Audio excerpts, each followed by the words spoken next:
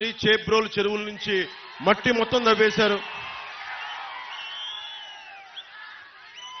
పోయినసారి కూడా వచ్చినప్పుడు చెప్పారు నాకు, జల్లూరు, తాటిపత్రి, చేబ్రోలు చెరువుల్లో నుంచి మట్టి మొత్తం తవ్వేశాడు మాఫియా డాను. ఫ్రీగా తవ్వేసుకొని 6,000 రూపాయలు ట్రిప్కి దోచేస్తా ఉన్నారు.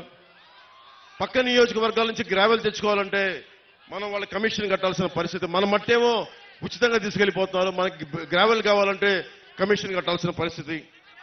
ముఖ్యంగా కొత్తపల్లి ప్రాంతానికి సంబంధించి బొండు ఇసుక చాలా విలువైంది. అలాంటి ఇసుకని అక్రమంగా తవ్వించి తరలించేశారు.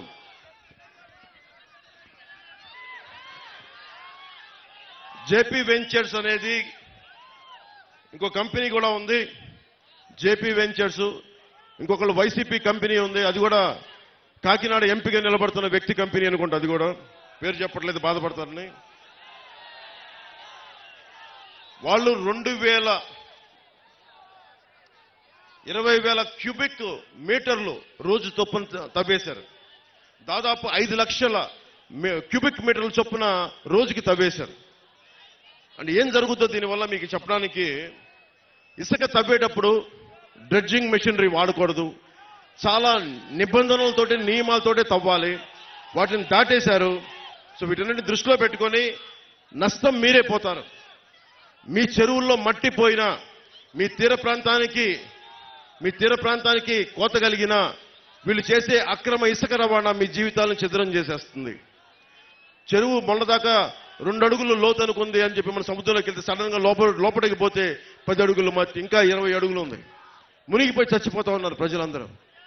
దీన్ని దృష్టిలో పెట్టుకోండి.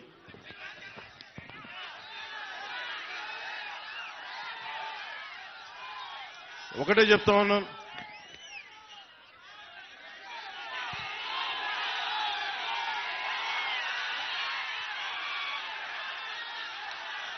ఒక నిమిషం ఆగండి.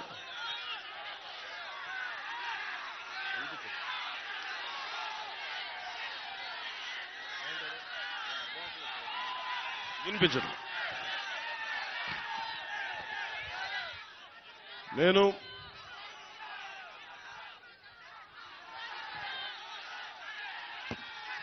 ఒక్కసారి నన్ను అసెంబ్లీకి పంపించండి ఆయన.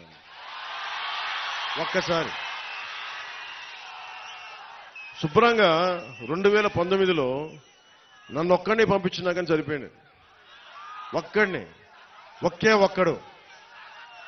నేనేమడుగుతానంటే, నాతో పాటు పట్టుమని ఒక 25 మంది కూడా లేరు, 21 మందిని గెలిపించండి.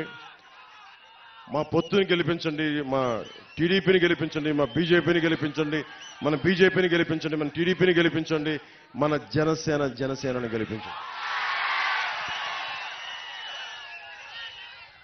మీకు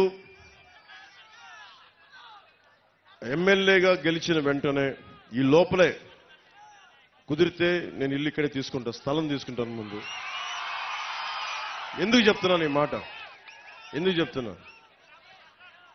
ప్రతి ఒక్కళ్ళు ఇక్కడున్న ప్రజలందరినీ, తూర్పు గోదావరి జిల్లా ప్రజలందరినీ భావోద్వేగాలతో ఆడుకున్నారు.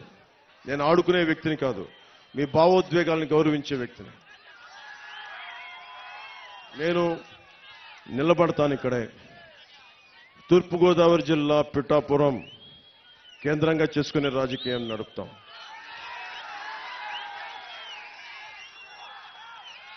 రాష్ట్రానికి మేలు చేస్తాం, దేశ ప్రయోజనాల్ని రక్షించుకుంటాం. నేను ఉన్న ప్రతి ఒక్కరికి 2047 2047కి ఇక్కడున్న ప్రతి ఒక్కరు, మీ అందరికీ 20 ఏళ్ళ యువత అందరికీ కూడా, మీ అందరికీ 47 వచ్చేస్తాయి. మీ బిడ్డలు 20 సంవత్సరాల బిడ్డలు వచ్చేస్తారు మీ అందరికీ. నేను వాళ్ళని దృష్టి పెట్టుకుని కూడా మాట్లాడుతా ఉన్నాను. నేను పార్టీ పెట్టినప్పుడు 25 సంవత్సరాలు పనిచేయడానికని వచ్చాను. నిష్ప్రయోజనం అని చెప్పను కానీ 10 సంవత్సరాలు ఎమ్మెల్యేగా కాకుండా కష్టపడ్డా.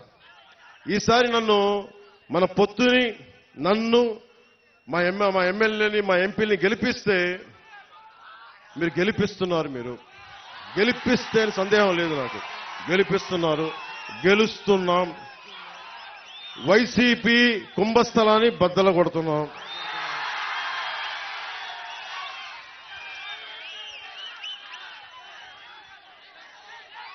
నేను ఎక్కువ మాటలు చెప్పను. సిపిఎస్ ఉద్యోగులకు కానీ